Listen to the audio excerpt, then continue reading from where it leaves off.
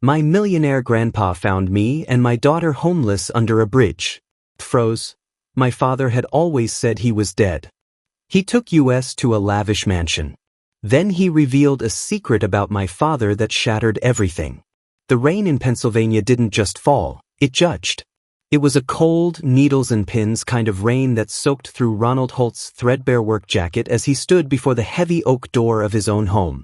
He was exhausted, his muscles aching from a double shift at the steel mill, but his heart was light. In his pocket was a small, plastic tiara, a surprise for his 8-month-old daughter, Cameron. He imagined the scene, the warm glow of the living room, the smell of dinner, and his wife, Melissa, greeting him with a smile. But when he turned the key, the silence that met him was deafening. The house was cold. The furniture, the sofa they had picked out together, the dining table where they dreamed of their future, was gone. Only rectangular ghosts of dust remained on the floor. In the center of the kitchen island sat a single white envelope. I can't do this anymore, Ronald. This life is too small. I deserve more than a mill worker's paycheck. Don't look for me. Cameron is in her crib. She's your problem now. The world tilted. Ronald sprinted to the nursery. There, in a room stripped of its curtains and rugs, lay Cameron. She was shivering, her face red from crying herself into a silent, ragged sleep. She was clutching a tattered blanket, the only thing Melissa hadn't deemed valuable enough to take or sell. In that moment, Ronald Holt felt a tectonic shift in his soul. The man who worked for a was gone. The man who survived for a was born. The weeks that followed were a blur of legal notices and crushing debt. Melissa hadn't just left, she had drained their joint savings and defaulted on the mortgage. Within a month, the bank's foreclosure sign stood like a tombstone in the front yard. Desperate, Ronald turned to the only sanctuary he knew, his parents' house. He arrived on their doorstep with 2 suitcases and a baby carrier, his pride swallowed whole.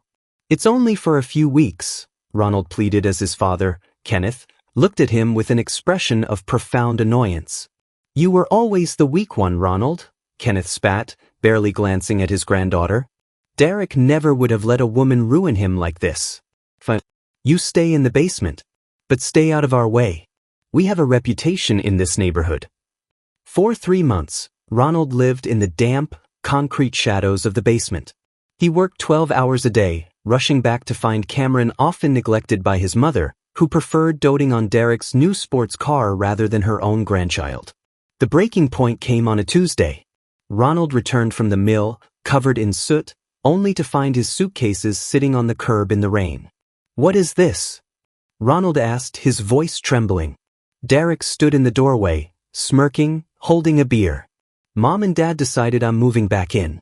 I need the basement for my new home gym. Besides, the baby's crying is giving Mom migraines. It's time to fly the coop, big brother. Kenneth stepped out behind Derek, his arms crossed. A man who can't provide for his family doesn't deserve a roof over his head.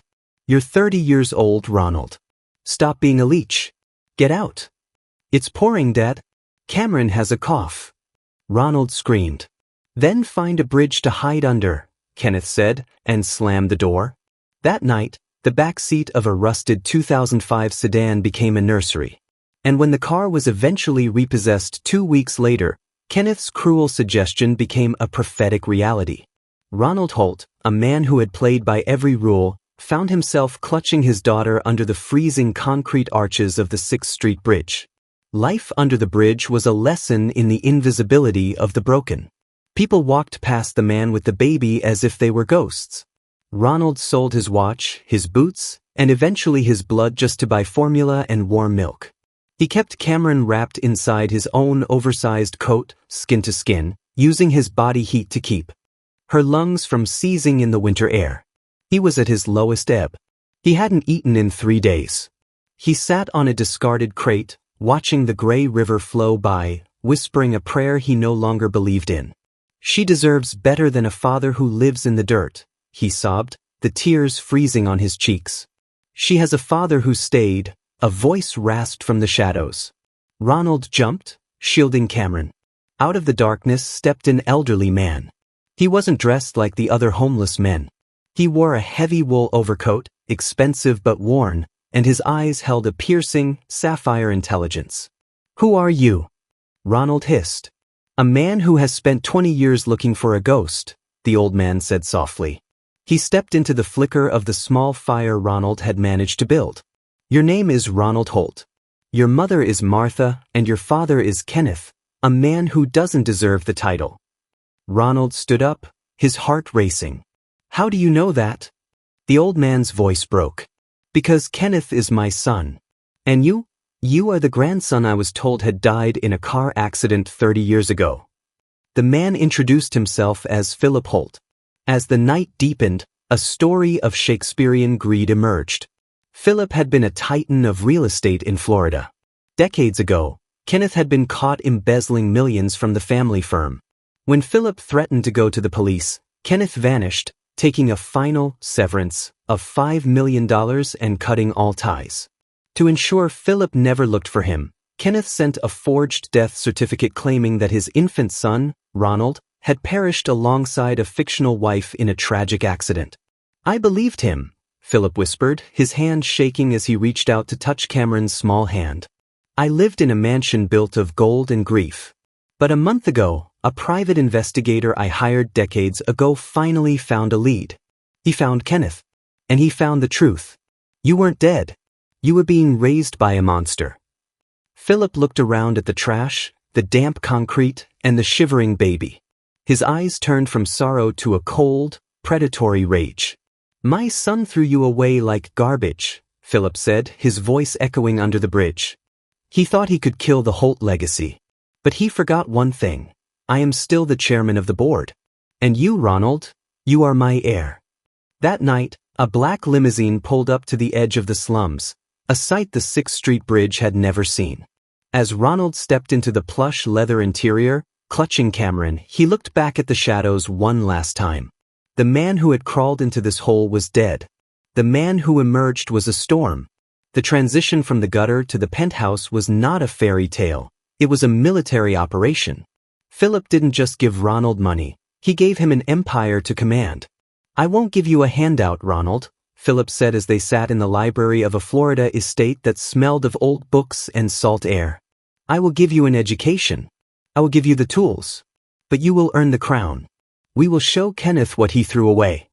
For 3 years, Ronald became a ghost to his old life. He underwent a radical transformation. He studied finance until his eyes bled. He learned the nuances of the real estate market, mentored by Philip's top executives. He traded his soot-stained rags for bespoke Italian suits.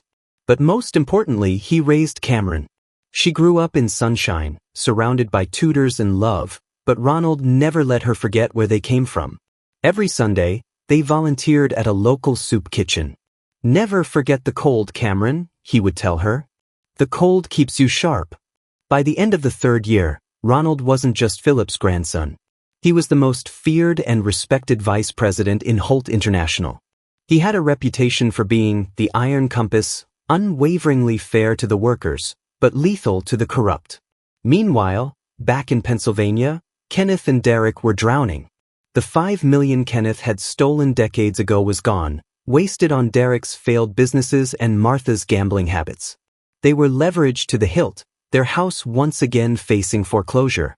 One evening, Kenneth was flicking through the business news, a glass of cheap whiskey in his hand, when he froze.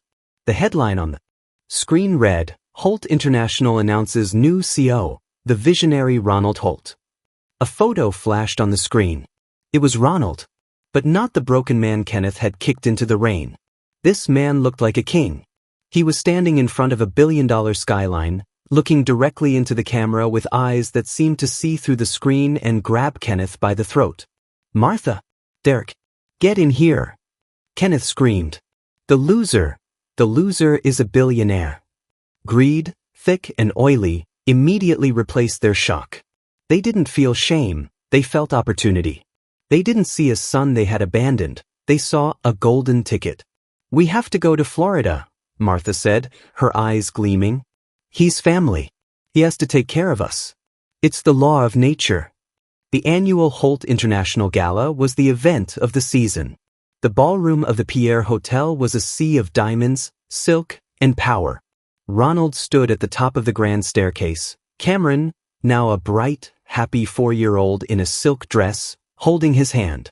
At 75, Philip stood beside them, looking 10 years younger, fueled by the joy of his reclaimed family. Suddenly, a commotion broke out at the entrance. "Let us through. I am the father of the so," a loud, abrasive voice shouted. The crowd parted as Kenneth, Martha, and Derek pushed their way in. They looked wildly out of place. Kenneth wore a suit that was 10 years out of style and smelled of desperation. Martha was draped in fake furs, and Derek looked around with an arrogant sneer, as if he already owned the chandeliers. Ronald didn't flinch. He walked down the stairs slowly, each step echoing in the silent room. "Ronald, my boy," Kenneth cried, reaching out for a hug. "We saw you on the news. We knew you'd make it. We were so worried when you left Pennsylvania. We've been searching everywhere for you." The audacity of the lie was so profound it almost felt physical. Ronald stopped 3 feet away from them. "Searching for me, Kenneth?" Ronald's voice was like dry ice, smooth and burning cold. "The last time we spoke, you told me to find a bridge to hide under. I found one. It was cold. My daughter almost died. Where were you that night?" The guests gasped. The cameras of the press, invited for the CEO announcement, began to flash incessantly. "Oh, Ronald, don't be like that," Martha wheedled, stepping forward. "We were just trying to teach you tough love. Look how well it worked. You're a success. Now, look at your poor brother Derek. He's struggling. Surely you can give him a vice president position? And we need a new house. The old one is so cramped." Ronald looked at Derek, who had the nerve to wink at him. "I need a company car too, Ron. Something European." Ronald turned to his grandfather. Philip stepped forward, holding a legal folder. The room went silent. "Kenneth," Philip said, his voice booming with the authority of a titan. 30 years ago, you stole my money and told me my grandson was dead. You spent 30 years living on a lie. 3 years ago, you threw this man and his child into the street to freeze." Philip opened the folder. "This is my new will. It was finalized an hour ago." He looked at the crowd, then back at his son. "I am donating the entirety of your inheritance, the funds I had originally set aside for my heirs before I knew of your treachery, to the Pennsylvania Coalition for the Homeless. Specifically, to build a shelter directly across the street from your house, which, by the way, I bought from the bank this morning." Kenneth's face went white. "You bought our house? And I am evicting you," Ronald added, stepping closer. "Tomorrow morning at 8 a.m., the sheriff will arrive. You will find your suitcases on the curb. I believe it's supposed to rain. You can't do this." Derek yelled. "We're family." Ronald picked up Cameron, who looked at the strangers with confusion. "No," Ronald said firmly. "This is my family. You are just people I used to know." Security moved in, firmly but quietly escorting the 3 screaming relatives out of the gala and into the night. They were left on the sidewalk of the humid Florida street, penniless and exposed, as the doors of the empire slammed shut forever. The gala resumed. Music filled the air. Ronald stood on the balcony with Philip and Cameron looking out over the ocean. "Are you happy, Ronald?" Philip asked. Ronald looked at his daughter, who was laughing as she watched the fireworks reflect in the water. He thought about the bridge, the hunger, and the cold. He thought about the man he used to be and the man he had become. "I'm not happy because of the money, grandfather," Ronald said softly. "I'm happy because for the first time in my life, the people I love are safe. And the man in the mirror, I finally recognize him." The legacy of the Holts was no longer defined by the greed of the father, but by the resilience of the son. Under the vast, starlit sky, Ronald Holt finally went inside. He was no longer a ghost. He was home.